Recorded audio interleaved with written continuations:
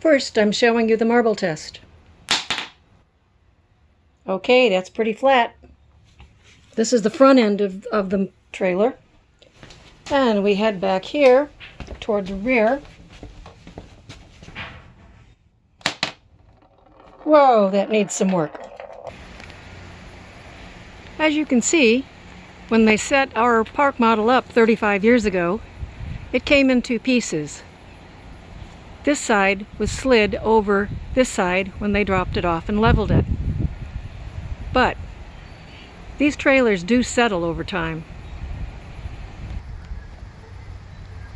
Not sure if you can see it, but there's the rail right there and the wheel that it came out on. The wheel is crushed down pretty flat.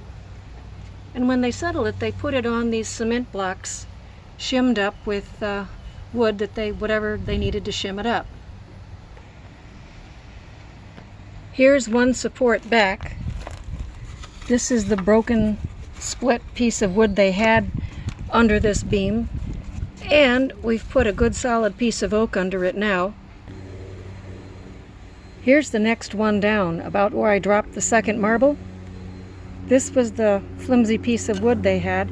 We've put two chunks of oak under there, but it still needs a little bit of work. We'll still need to raise it a tad. My husband has an 8-ton jack that he's been using.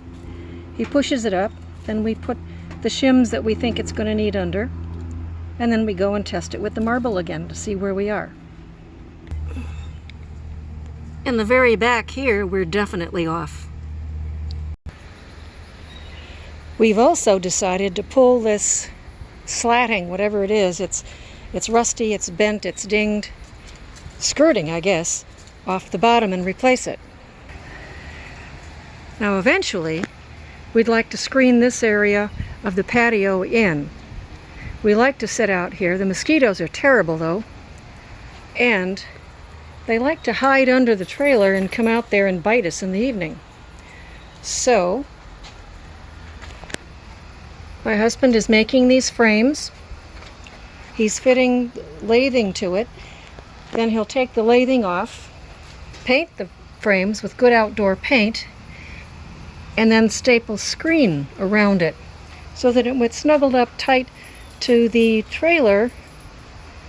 The mosquitoes won't be able to come out from under it and get us. One thing he did want to do is have a good layer of crushed rock under the frames, not only to help with leveling, but also to help with drainage. So I went up and got some. I wandered around the garden department, and boy did I score big. I don't know how many of you grow orchids, or how many of you have heard of the Iwanagara apple blossom fragrant orchid, but I found one at Home Depot, no less. Nice full leaves, plump healthy roots. You treat them pretty much like cattleyas. There's a cattleya here. And I'm looking forward to seeing if this one's going to be happy and grow for me. I have looked for ages for this thing. This was a real score.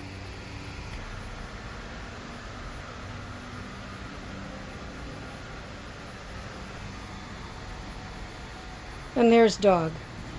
He used to like to hide under the Class A too. He's found himself a nice filthy spot. He's really happy there.